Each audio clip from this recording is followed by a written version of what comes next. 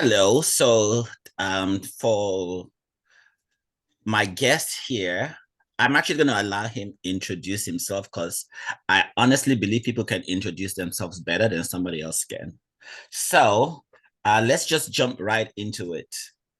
My esteemed gentleman, who would you say you are, and what do you do? Okay. Hello. My name is Benaebi, Benatari Oguoko. Currently resident in the United Kingdom, a UK citizen as well as a citizen of Nigeria, So you're a dual citizen. dual citizen of the Ijaw ethnic nationality, Niger Delta. And my Uh, cousin. yes, and your cousin. Uh, I remember very well the late Professor Patrick. Yes, yes, yes. My dad. So So yeah, how so that's uh, me. so you live in Uh, England. When did you relocate over there? Originally, I was taken there as a boy of 10 years old. How old? Stayed there for 10, Oh, okay. the age of 10. My father packed his family back, and uniquely for somebody from the UK, he went straight down to the village. So we had a taste of village life. So I was Ah, there, yeah, for schooling, did the remaining schooling in Nigeria. Stayed there okay. for roughly 12 years, and then relocated back to the UK in pursuit of education.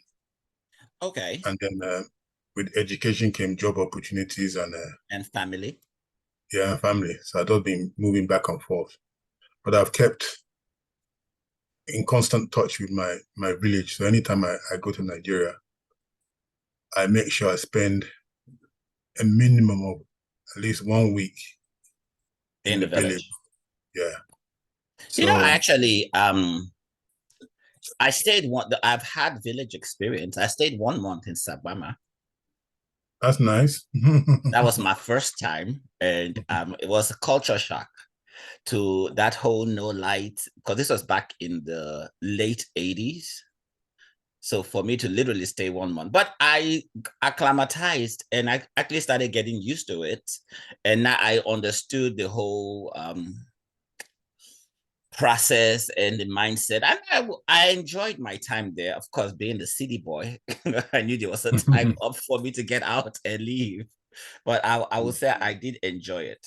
So what I would ask you is, because you did mention that you always go back. Anytime you visit, you go to the village, spend at least a week. So my question to you is, what makes you stay connected? Because I know a lot of other people who go to the diaspora and they're like deuces and don't care anything about back home, or even when they go back home, they just go to the city and they're done. So what is it? What is that thing that makes you connected with your people? Mhm. The first one maybe is because my mom.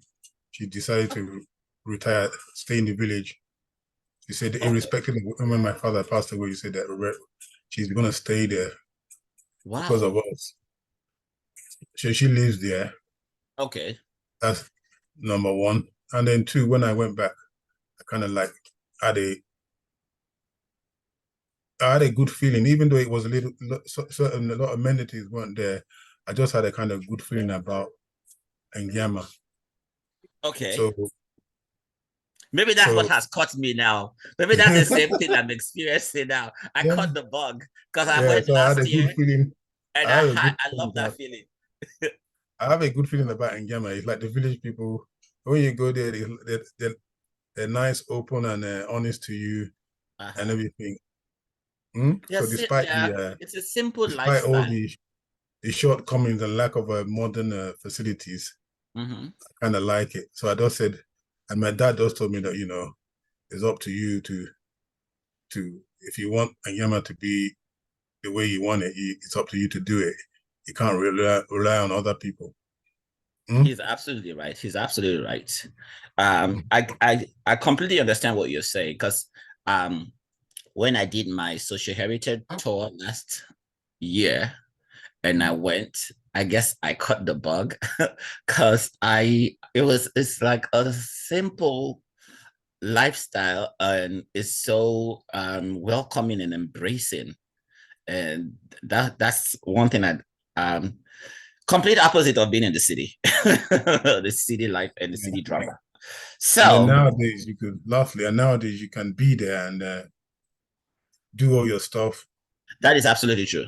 Absolutely true. Because it is a global world now. We have technology, we have our phones. That is absolutely true. So, um, how did you so that feeling of community, of belonging to your community has kept you going. So would you say that was part of what got you involved in the healthcare agenda? How did you get involved in that healthcare in Toru-Angiama community? Okay. All right. Because I always touch base in the village. They're always keeping me abreast of what's going on, and they're always when there's one development initiative or the other, they may Mm-hmm. ask for financial assistance, which I do give, and sometimes they account for it properly, sometimes they don't. So Okay. because of that, I'm always abreast. So when I get there, I go around and say, "What's new?" I ask people, "What's new in the village?" Eh? And they Uh-huh. and they take me around. I see this and I see that. So I said, I want to go and see the health center. Tell me there. Okay. Hmm? And then when they took me there, they know they told me that the local politician had uh, done a contract and renovated, put a new building there. And I said, okay, that's nice. Can we? What's happening? They said, but it's not being used. Uh, the matron hardly comes as at that time, Okay. and so he's just lying there.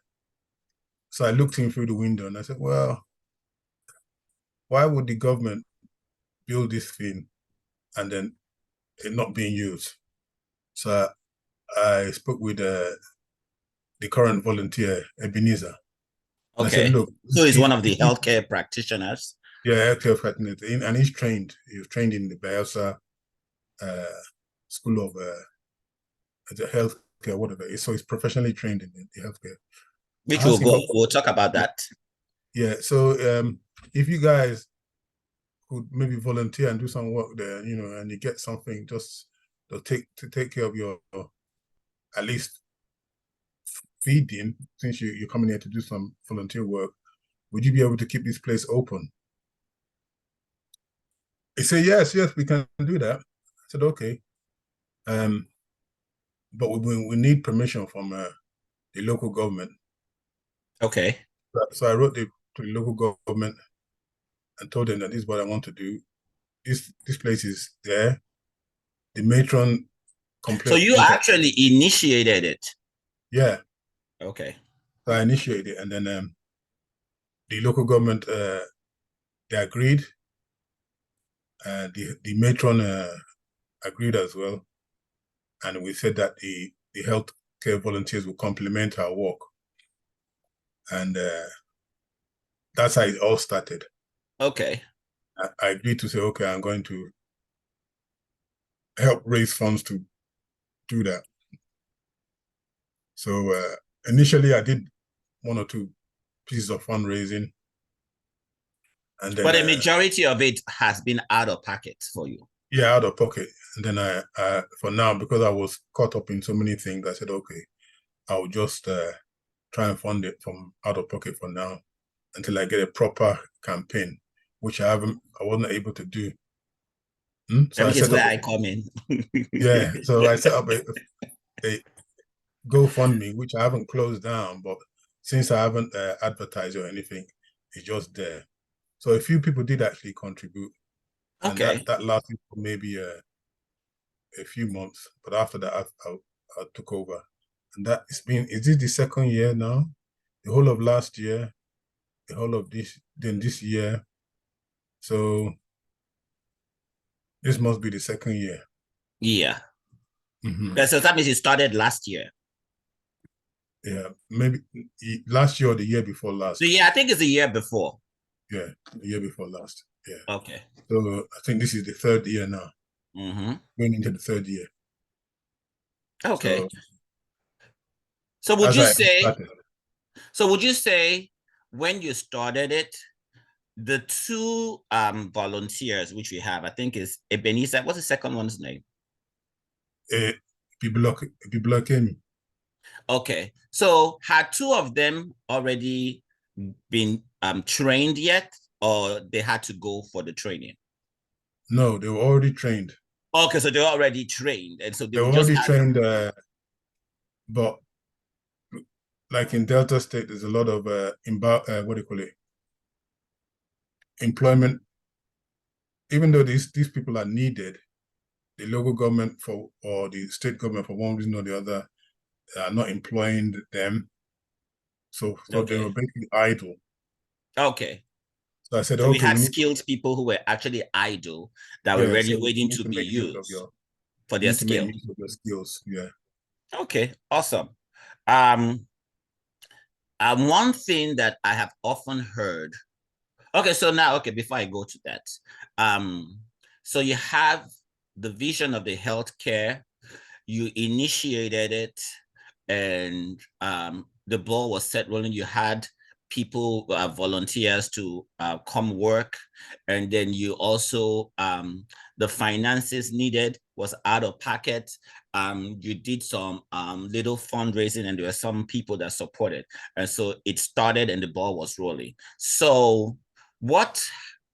How has it been with the healthcare functioning? The healthcare center functioning. Um, from that point onward, when they noticed that somebody, maybe not quote, an enlightened person was taking an interest in the healthcare, the matron, who may or may not have been coming to work, started coming more regularly. Okay. That Okay. was number one. And then I asked them because I said, look, I need regular reports. Hmm? And then Mm-hmm. thirdly, I have a younger brother who's a medical doctor in Yanagua. I said, look, can you monitor what they're doing? See, I didn't know about that part. So you actually have a um a medical someone in the medical field who is actually overseeing and keeping an eye on things. Yeah. So Awesome.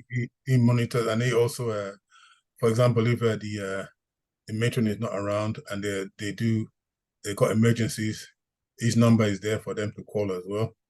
Okay. Mm. So it seems him being a son of the soil, and anytime he comes to the village, those in need of medical assistance flock to Yes. our house. Your Flock to house our is house. an extension of the Yeah. healthcare So center. it's an extension of the healthcare center. So the monthly reports.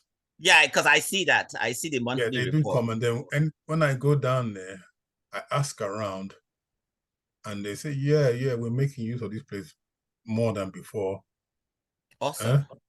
And gradually, for example, people used to rush a lot to when they, especially deliveries and all that stuff, pregnant women Mm-hmm. being delivered, they rush them to Sagbama and all those places. But now they seem to be doing more of them in at the healthcare center. For people So who don't know, what will be the distance from Angiama to Sagbama? Like, how long will it okay, take to get there? 30 minutes? Hour? no, it would take maybe a 20-minute drive if you're going to drive by car, but you have to cross the river.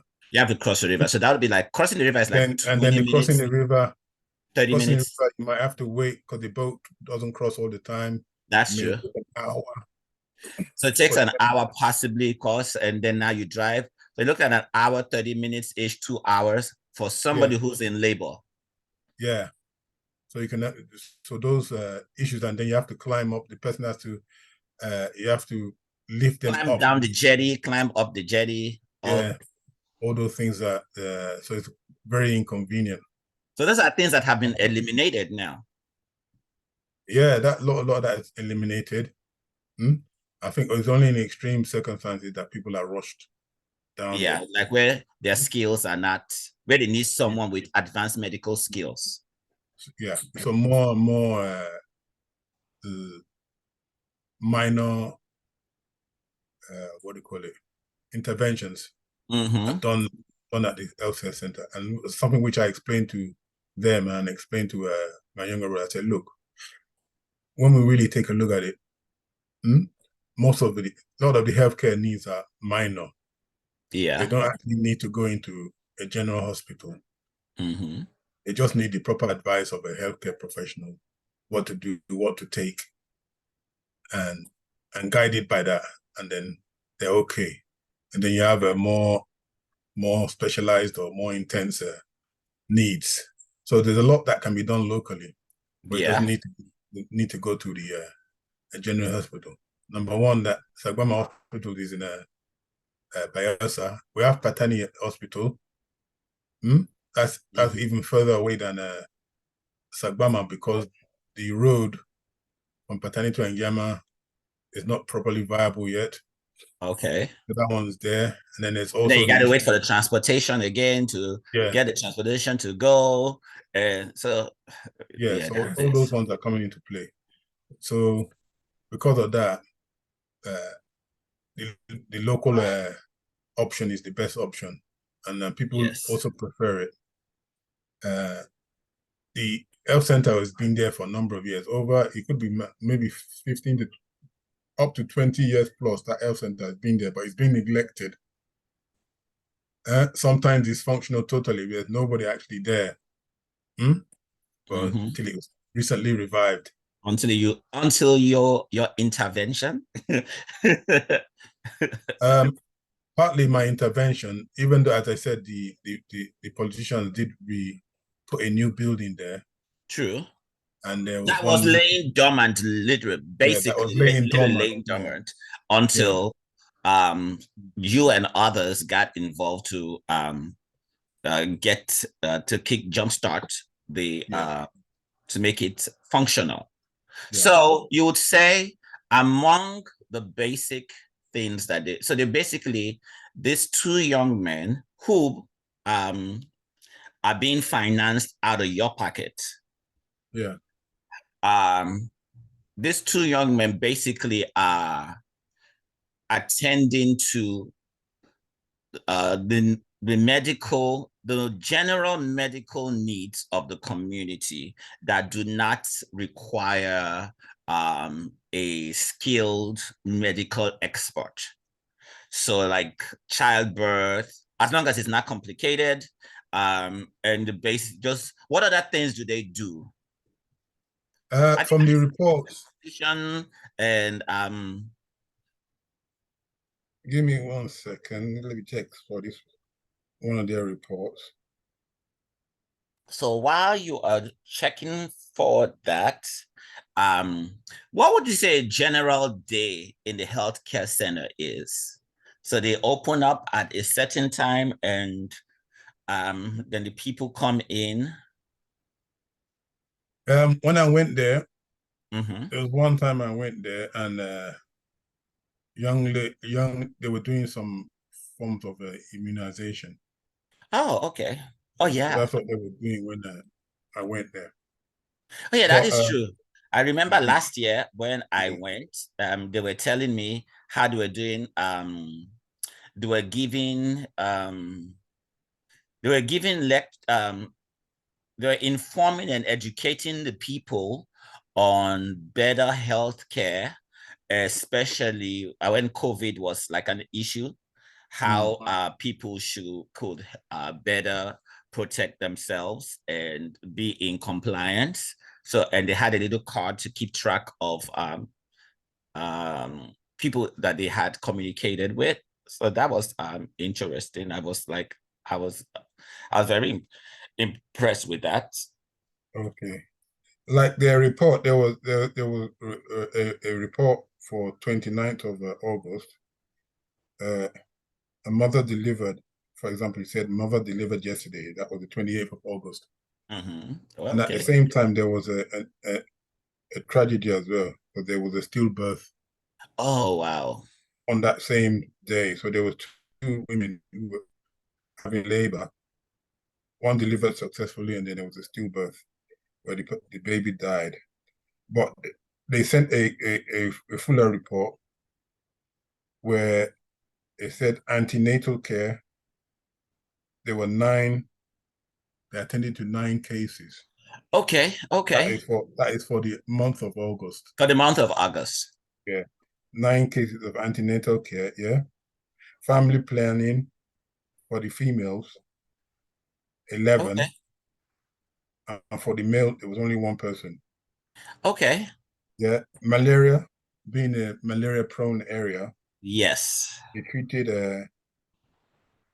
0 to 5 years, 50 cases, Wow. five 5 to 18 years, Okay, so 12 zero to cases. 5 year children. They did Yeah, 50 children, basically. yeah, 50 cases. Yeah, and it's normally prevalent more in the children. Yeah, that's true. Because they're the Yeah, most vulnerable. one at the time. Yeah, yeah. 5 to 18 years, there were 12 cases that they treated, and then 18 years to and above, there were 27 cases that Wow. they treated. And this is just for the month of August. Yeah, that's malaria. So you can see, They are uh, busy. yeah, it's those things like malaria and all those type of things. Those are that need quick intervention. So that also will mean that because you can't talk malaria without the simultaneously mentioning drugs. Yeah. So how is their accessibility to drugs? Okay. Now they don't get them. Sometimes the government supplies some free medication, but it's rarely. So They have to literally buy. yeah, the villagers have devised a system where they are directed to a pharmacy. Hmm? So Mm-hmm. the healthcare workers, they will direct them to uh, pharmacies. Hmm? Some Uh-huh. which they might manage, and even if they don't, they say, well, so far you get wherever you get the medication, Mm-hmm. come back with them, and we help you treat. Okay. Mm-hmm. So that has to be expensive for because this we were looking at a community that is mainly farming, fishing, um, agricultural occupation for sustenance. Yeah, And the community is what we called raw, in certain areas food rich but money poor. yeah, That's exactly. what I normally tell. So, yeah, You you're just I was being money diplomatic. poor. You just hit it on the head. Okay. So yes, there's sustenance, there's food, but there's no cash per se. Not much money. Hmm? Yes. And so now you have Uh, somebody who needs medication, yeah, which is basically cash. cash. Yeah. So that is the basic what do you call it? Uh, incapacity of the village when it comes to money. Mhm. Some of these things might a round of treatment might cost the medication might come to around 2 to 3 thousand naira as of that time. It might be more now. Could be around 5,000. Hmm? And typically they may, oh, where am I going to get the money from? Hmm? Sometimes when we're around and people just knock on our doors, oh, it's okay. Look, go and meet this guy. Tell him something. We'll Yeah, just the pick the extension of the healthcare center. pay, we pay, we pay the bill. so so you're looking at roughly 5,000 naira worth of medication that they will have to for a particular treatment. And sometimes that what puts them off. They say, I haven't got the money, then I don't go and bear it out. Wow. Well, normally maybe to take a go. Yeah. And In for those who Nigeria, don't know, agbo is the native treatment. which some do work. It's not that some of them do not Actually, you work. know what? I know this is a sidebar, but actually, if you look at the Chinese, they have taken time to do medical research on their native treatments and see what makes it work and invested in that. We, on the other hand, in Africa, we haven't really invested in the native treatment to see how the science and the native treatment can marry each other, where science now refines the native treatment to be more effective to work better. Because the native treatment does work. It Yeah. just For the example, a baby suffering from acute malaria, you might be able to give them the agbo, but uh, they might be dehydrated. exactly And then it's the dehydration plus the fever that would maybe bring them become down. lethal. Yeah. Now, when you recommend to them, so okay, look, your baby is suffering from dehydration now. They don't want to eat anything or even drink. But okay, let's do this that quick intervention where you're using glucose and salt, Exactly. which helps the listener. Now, to buy the glucose is a problem because of the cost. Because Hmm? of the cost. So we're back Yeah. to the money again. Yeah, so it goes back to the money. Normally, they prefer the what we call it, the drip. I don't Okay. know the technical term. I forgot the technical term. Hmm? Okay. That is the glucose Mm-hmm. solution, saline solution that they Yes. directly into the bloodstream. Hmm? Uh-huh. That's done regularly, but that costs money as well. But the And second that you option, can't do that if you're doing the traditional, if you're going strictly traditional. yeah, you may. Although I'm saying that, yeah, if you're going traditional, the traditional method may get rid of the malaria, but But it the now adds extra. the intervention for the dehydration, you Mm-hmm. will need that particular Exactly. yeah.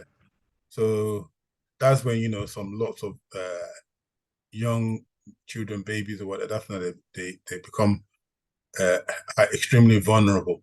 Mm-hmm. Mm? And only because the parents couldn't afford to buy that particular uh, Okay. either the glucose or the the intravenous what do you call it, solution. Okay.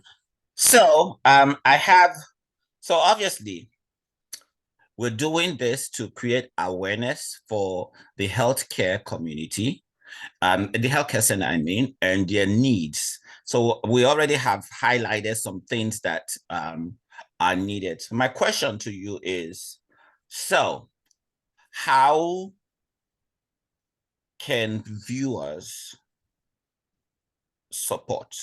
We obviously are talking about want to do a fundraiser in November, and um, are there any, what will be the things that people who are watching should be conscious of, that this is where our money is going towards, this is what's needed, this is what I'm contributing towards?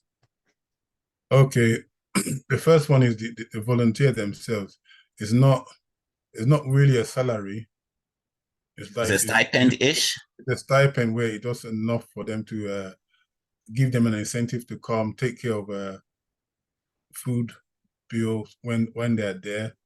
So uh, if it was a salary, you'll be looking. I couldn't afford that. Yeah. Yeah. So it's just to take care, give them an incentive that okay, their time that they're there, hmm, the Uh-huh. the time which they could have been used doing something else, they sacrificed the time to be there, Mm-hmm. and we can pay that minimum at least to cover their feeding during that period. So Yeah. that's what the stipend is for, and they are willing to continue to do that for as long as possible. Hmm? Even if one of them move on, uh, other ones should be able to take their place. Okay. So in order to retain them, we need that uh, uh, guarantee that we get some funding that can take care of the stipend Their of two, needs. yeah, of their needs, at least two persons. And then maybe because of the cost of living is going up and up, maybe increase that stipend a little bit. Hmm? Okay. And, yeah, so that acts as an incentive to keep them there and give them the joy of volunteering for their community. So that's for on the issue of the stipend. Um, the second Then one there are is, two uncompleted buildings that are yeah, adjacent to the one that the politician built. yeah. So those are buildings that they fell apart. They were built and they just they what do you call it became deteriorated and they fell. So those needs to be rebuilt because the community is growing, eh? And the Uh-huh. healthcare needs are coming. As we said, I can see from the reports, those healthcare needs are coming more and more, and you get to the point where you need more space, hmm? And then some of the Uh-huh. healthcare workers, at the moment, uh, the volunteers are there. The matron, so she stayed there. She's supposed to stay there actually, but she comes from Patani, hmm? So she's supposed to have a place where she can stay and live Okay. comfortably anytime she's there. Hmm? And then also you have especially the the natal issues. Young women, they don't need to be discharged as rapidly as possible. Give them enough time, and then some of these extreme cases, they could be able to recuperate in the Okay. premises and so forth. So you need to have enough bed space uh, and then accommodation for uh, healthcare staff, even if it's the volunteers. Some of the volunteers they will gladly maybe spend the night there because some of these emergencies take place in the night. Hmm? Okay. Yeah, so uh, to keep be on call, so to speak. Some of you will be aware of on-call situations where you're needed at So any we time of the need the finance to redevelop those two buildings. What about equipment? Are there things that maybe obviously if you redevelop those buildings, there needs to be furnishing for yeah. They need furnishing. At the moment, furnishing. there's basic furnishing there. Those plastic chairs and tables for the uh, the reception area, Okay. hmm? And that's it. Um, I think I looked at some of the beds, and I'm not, I wasn't particularly happy with those beds. But that's what was provided. I have So 3 minutes more.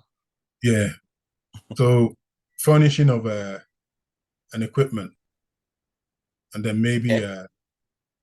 some basic So what we would do is we will basically um it itemize the things generally needed. So we are creating awareness for what the healthcare uh, center will need. Um, and at least, and we are grateful for your passion, for your commitment, dedication, getting me on board. Thank And you very much hopefully for we'll coming get on board. others. Hopefully we'll get others on board too to help support because this is not just for individuals, but for also organizations and institutions to help with this vision. This vision is more than this is for a community. It's not an individual vision. This is a vision for the community that we need Community. all the help that we can Yeah. get. Yeah, we're trying to change the narrative where, in communities, villages appear helpless. Yes. Hmm? So something as community health, it should be available to members of the community, and it should be of a high standard. Yes. Hmm. So that's the narrative that we're trying to change, so that people don't need to only get high standard healthcare by going to the city. True. You're absolutely right. Well, thank you very much for your time. We Thank you. appreciate you're definitely appreciated. And we also are aware that your home is an extension of the healthcare. Thank you. Well, thank you very much. And viewers, we will appeal to you to join us in once the fundraising campaign is launched. We do need your help. We need your assistance. We need your individuals, organizations, institutions. We will need Yeah. all your help. Before you Thank go, you. I got a little bit. There's one doctor one Ijaw doctor in Germany. He's giving me some equipment. I don't know. Oh, okay. Either it's for blood pressure, something like that. Um, it's he came to London and dropped it off. I'm still yet to Awesome. collect it, but once I get them, I'm bringing them down to the village. And he's Awesome. yeah, because I told him about these things. He said, okay, yeah, I'm gonna do something, and See, he donated those equipment. that's awesome. Thank you much. Thank you.